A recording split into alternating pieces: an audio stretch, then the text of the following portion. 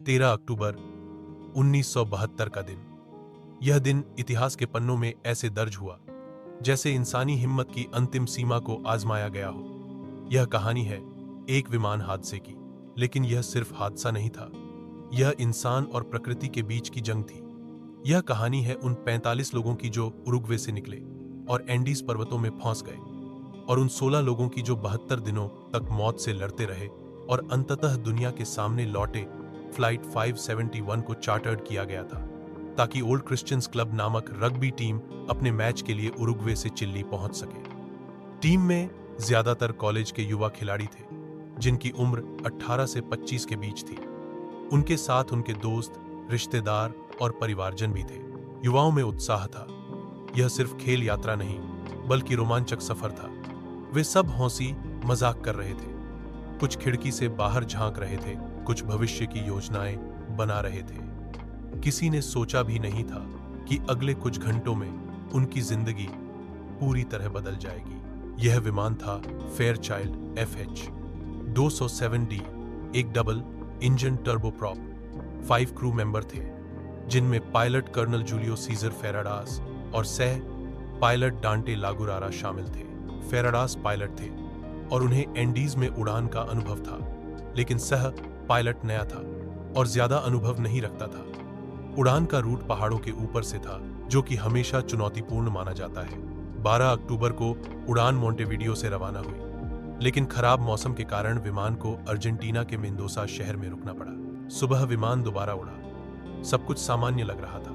Crew ने सोचा कि मौसम बेहतर है और वे एंडीज को पार कर लेंगे, लेकिन एंडीज की चोटियां आसमान को चीरती हैं। बादल और बर्फीली हवाएं पायलट को भ्रमित कर देती हैं। नेविगेशन में गलती हुई और पायलट ने समझ लिया कि वे चिल्ली की घाटी में पहुंच चुके हैं। वास्तव में वे अभी भी पहाड़ों के बीच थे। अचानक सह पायलट ने विमान को नीचे लाना शुरू किया। तभी सामने बर्फीली चोटी आई। विमान का दाहिना पंख पहाड़ से टकराया और टूट गया। कुछ सेकंड बाद बायां पंख भी अलग हो गया। विमान का पिछला हिस्सा टूटकर अलग गिरा, जिसमें कई लोग बैठकर हमेशा के लिए मौत की नींद सो गए। आगे का धड़ बर्फीली घाटी में फिसलता हुआ नीचे जा रुका। विमान में अफरा तफरी मच गई। लोग चिल्ला रहे थे, खून से लथपथ थे। कई लोग तुरंत मर गए। कुल 12 लोग वहीं मारे गए। कई बुरी तरह घायल हो गए। बाकी लोग दहशत में थे, लेकिन जिंदा थे। चारों तरफ बर्फ ही बर्फ थी। तापमान 30 डिग्री तक गिर चुका था। कोई बाहर से मदद नहीं थी। पहले कुछ दिनों में बचे हुए लोगों ने विमान में मिले चॉकलेट, बिस्किट और वाइन से पेट भरने की कोशिश की, लेकिन इतने लोगों के लिए यह खाना बहुत जल्दी खत्म हो गया। उन्होंने बर्फ पिघलाकर पानी बनाया। रातें सबसे कठिन थी। ठंड से बचने के लिए वे एक दूसरे से चिपकर सोते थे। घायल लोगों के लिए यह और भी कठिन था। भूख शरीर को तोड़ने लगी। जब खाना खत्म हो गया तो उन्होंने चमड़े के सीट कवर, जड़ी बूटियां और बर्फ तक खाने की कोशिश की, लेकिन यह सब शरीर को ऊर्जा नहीं दे पा रहा था। धीरे धीरे सबको समझ आने लगा कि अब अगर कुछ नहीं किया तो मौत तय है। यहीं से कहानी सबसे दर्दनाक मोड़ लेती है। कई दिन की भूख के बाद उन्होंने आपस में चर्चा की, क्या वे अपने मर चुके साथियों का मांस खाएंगे। शुरुआत में सब विरोध में थे। कोई कहता यह पाप है, कोई बोला हम अपने दोस्तों को कैसे खा सकते हैं। लेकिन धीरे धीरे वास्तविकता ने उन्हें मजबूर किया। उन्होंने कहा, अगर हम मर गए तो हमारे शरीर का उपयोग भी साथियों को बचाने के लिए होना चाहिए। यह बलिदान है, अपमान नहीं। आखिरकार उन्होंने मृत साथियों के मांस को काटकर खाया। आंसू बहते थे, लेकिन मौत के डर ने उन्हें यह करने पर मजबूर किया। 17वें दिन अचानक हिमस्खलन आया। बर्फ का बड़ा ढेर विमान के हिस्से पर गिर पड़ा। 8 लोग वहीं दबकर मर गए। अब सिर्फ 27 लोग बचे थे, लेकिन यह घटना उन्हें और भी मजबूत बना गई। उन्होंने समझा कि अब जिंदा रहने के लिए कुछ करना ही होगा। किसी ने विमान में पड़ा रेडियो चालू किया। खबर सुनकर सबका दिल टूट गया।